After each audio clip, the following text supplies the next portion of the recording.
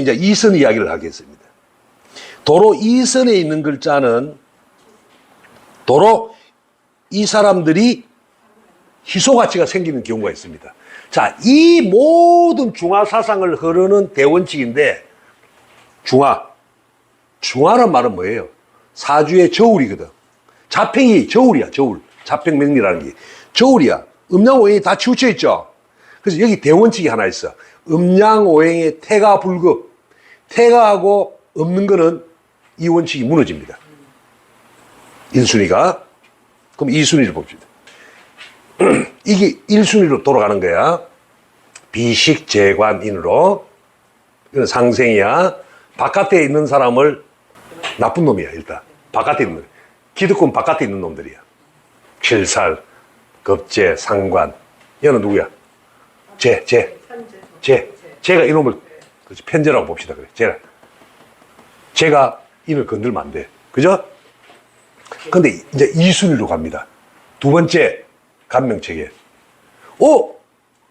이 모든 원칙의 중화의 대원칙이 뭐라고? 오행의 태가 불급. 그럼 오행의 태가는 뭐야? 월지를 포함해가지고 3개 있다. 내같이. 그럼 그게 태가가 되는 거야. 없는 거고. 그러면 이 원칙을 반대로 가야 돼. 음양의 반대로. 이게 많다. 식상이 과다면 이것도 귀신 역할 하죠. 그러면 이놈을 때려잡는 놈을 생각해야 돼. 많은 거는 때려잡는 놈이 상신과 용이죠. 그럼 어느 놈을 써야 돼? 이쪽을 써야지.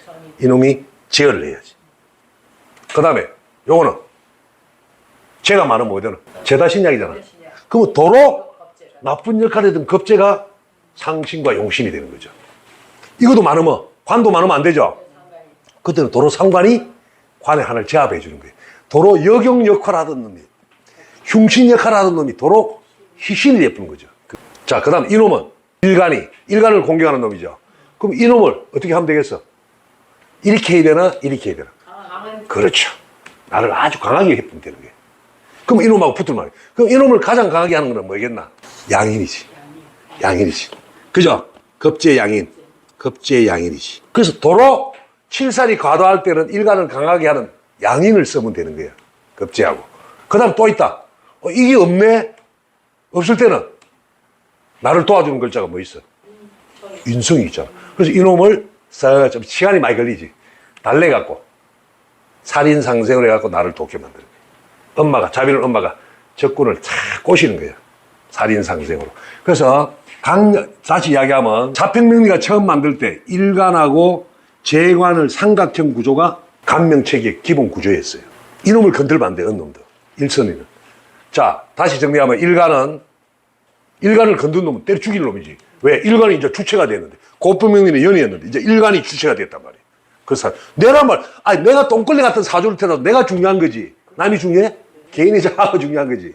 사주가 좋고 나쁘고 따라서 내 주체가 중요한 거지. 나라는 인간인데, 자아인데. 이게 당나라는 귀족사회야. 지가 능력이 있어서 출세하는 나라가 아니야. 위진남북 조심. 송나라 때 와가지고 서민 문화가 발달했어요. 귀족이 이제 무너지는 거예요. 그때 생긴 게 뭔가 알아요?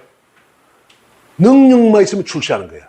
사대부라고 하는 게 있어. 사대부 들어봤죠? 고려시대. 선비사. 학문을 해가지고 대부는 뭐야? 관료가 되는 거. 그럼 뭐가 중요했겠노? 관인이 중요한 거지. 공부를 해가지고 관료로 가는 게. 그때부터 11세기부터는 막 관료가 막 과거 시험을 많이 치가지고 막 대량으로 배출되는 거야. 야, 우리도 이제 열심히 공부하면 출세하네. 당나라 때까지는 안 됐어. 중국 고대는. 속된 말로 백으로 가는 나라야. 음서제도로 하지. 그리고 이 관을 했다. 그러면 이 관도, 자, 남편 출세했는데 재생관 구조잖아요. 제가 받쳐줘야 되는 거죠. 그래서 관만 홀로 있으면 외롭대죠. 그래서 관 옆에. 자, 그러면 여기 이 사주에서 일간 다음으로 반드시 또 보존해야 될 게 뭘까?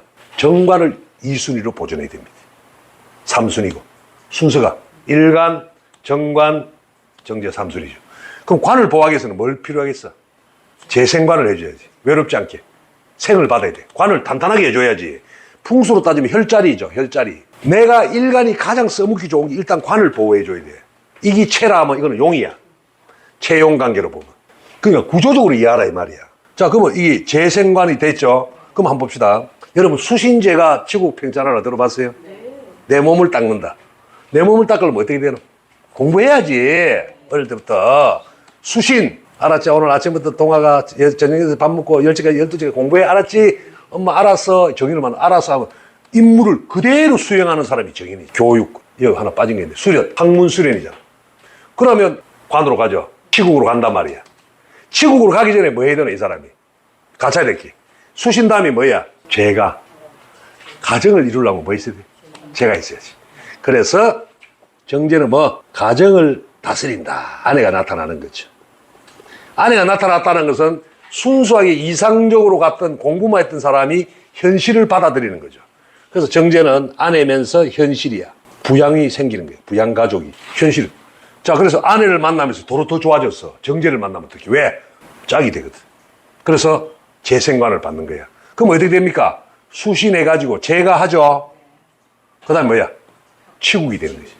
그럼 평천하는 어떻게 해야 돼? 천하를 장악하려면 어떻게 해야 돼? 역시 일간이 어떻게 해야 돼? 이런 걸 다 갖고 있는 사람이라도 이놈이 강하면 기가 있으니까 경쟁이 생기는 거지. 다시 이야기하면 강은 결국 말해서 경쟁력이야. 경쟁력.